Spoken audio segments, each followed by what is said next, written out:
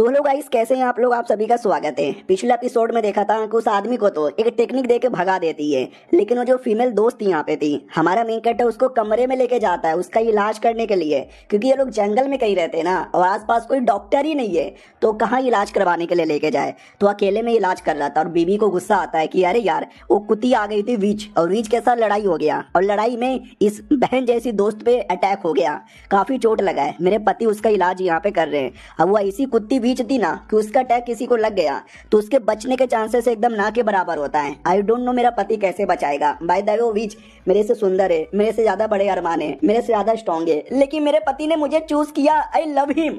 नौकरानी भी कहती है अरे ये सोचने वाली बात नहीं है। उतने में कमरे के अंदर से पति की आवाज आती है कि अरे रुको, अरे मत करो, अरे मेरे कपड़े क्यों उतार रही हो। बीबी को डर लगता है मेरे पति के कपड़े कौन उतार रहा है, मेरे पति कैसे हो। जैसे वो अंदर आती है तो पति उसको पकड़ के बेड पे घसीट लेता है और बेड पर वो औरत एकदम होश में ही नहीं है और हमारे मेन कैरेक्टर के साथ गंदी गंदी चीजें करना चाहती है।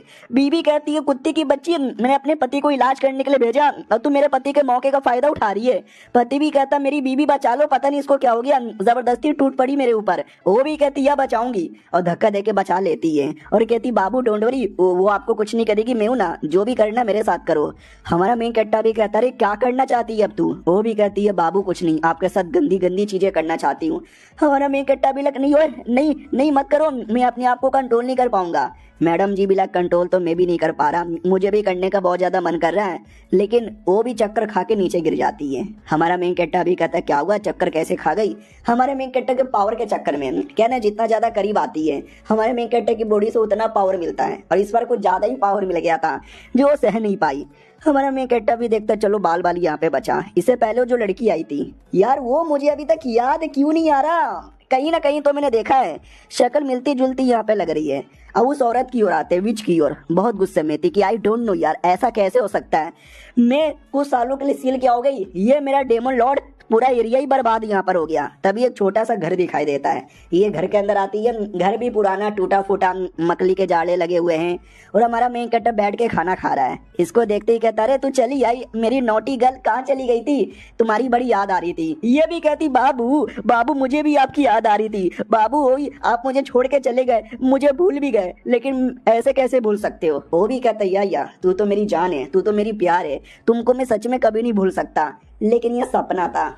यानी ये लोग यहीं पे कभी मिले हुए थे। तो ये भी कहती हाँ उसने मुझे बोला था कि मैं तुम्हें कभी भूल नहीं सकता, फिर मुझे भूल गया, ऐसे कैसे यहाँ पे भूल गया। अरे यार तुम्हारे लिए मैंने इतना कल्टीवेशन किया, इतना पावरफुल यहाँ पे बनी, और जैसे मैं वापस आई तुम किसी और के साथ यहाँ पे चले गए। गलत किया मेरे साथ तुमने, बहुत ज्यादा गलत यहाँ पे किया। जितने भी लोग यहाँ पर है सबके सब आओ, मेरी बात मानो, मुझे पावर यहाँ पे दो ताकि मैं फिर से अपने बाबू को वापस अपना यहाँ पे बना सकूं। मुझे मेरा बाबू चाहिए चाहिए चाहिए चाहिए।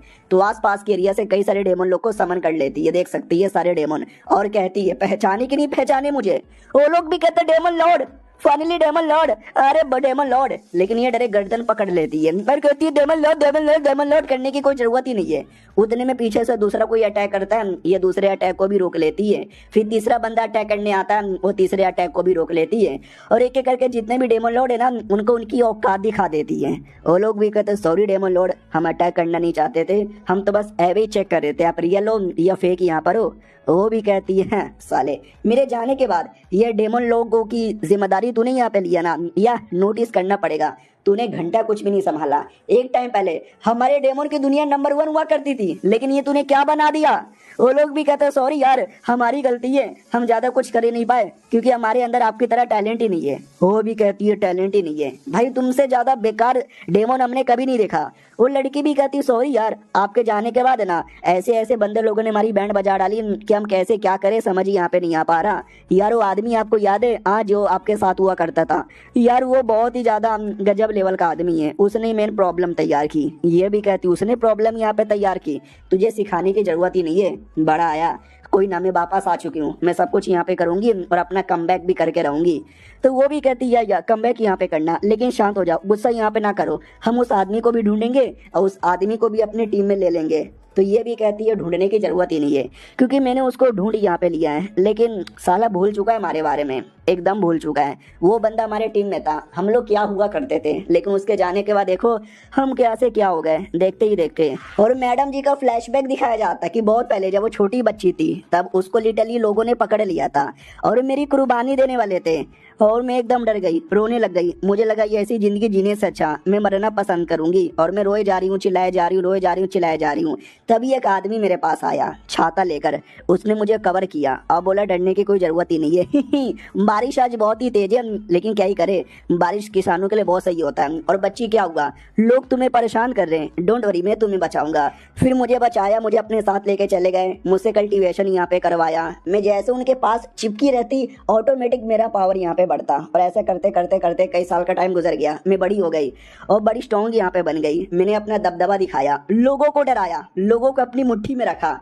फिर मुलाकात बीबी के साथ हो गया। बीबी में काफी दम था, उसने मुझे टक्कर दिया और डायरेक्ट मुझे चैलेंज कर दिया। लेकिन मैंने भी उसके साथ बैटल किया और बैटल के अंदर मैंने उसको कुत्ते की मौत हरा दिया था। लेकिन एंड में सालों ने धोखे से मुझे सील कर दिया। और सील के बाद जब मैं आजाद हुई तो मेरा बाबू मुझे भूल चुका है, मेरा परिवार मुझे भूल चुका है, मेरे अपने लोगों की बैंड बाजी पड़ी है, पूरे डेमन लोगों की हालत खराब हो गई। गुस्सा आ रहा है मेरे को। नौकरानी भी कहती मैडम जी शांत हो जाइए, गुस्सा ना कीजिए, आपको ही चोट लगेगा। वो भी कहती है साली ज्यादा नाटक नहीं करने का, मुझे सिखाने की जरूरत ही नहीं है, मैं देख लूंगी, जो मुझे देखना है वो देख लूंगी।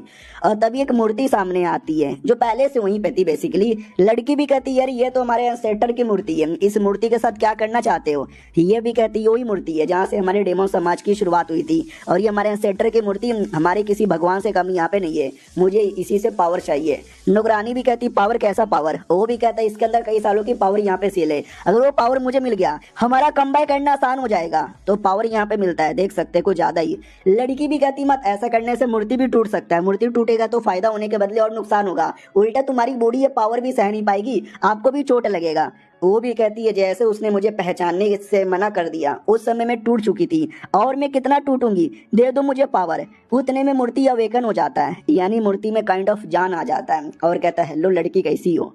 नौकरानी भी कहती शिट, मैं इसलिए मना कर रही थी कि मत करो, कुछ भी हो सकता है। ये मूर्ति के अंदर भी जान यहाँ पे चली आई, लेकिन मूर्ति मना नहीं कर रहा था, मूर्ति उल्टा और पावर यहाँ पे दे रहा है। और मैडम जी और पावर यहाँ पे लिए जा रही है और कहती है सेटर की मूर्ति मुझे आपकी पावर यहाँ पे चाहिए, इतने सालों से जो मैं सील थी मुझे आपकी पावर की जरूरत है, पावर मुझे दे दे, पावर मुझे और यहाँ पे दो।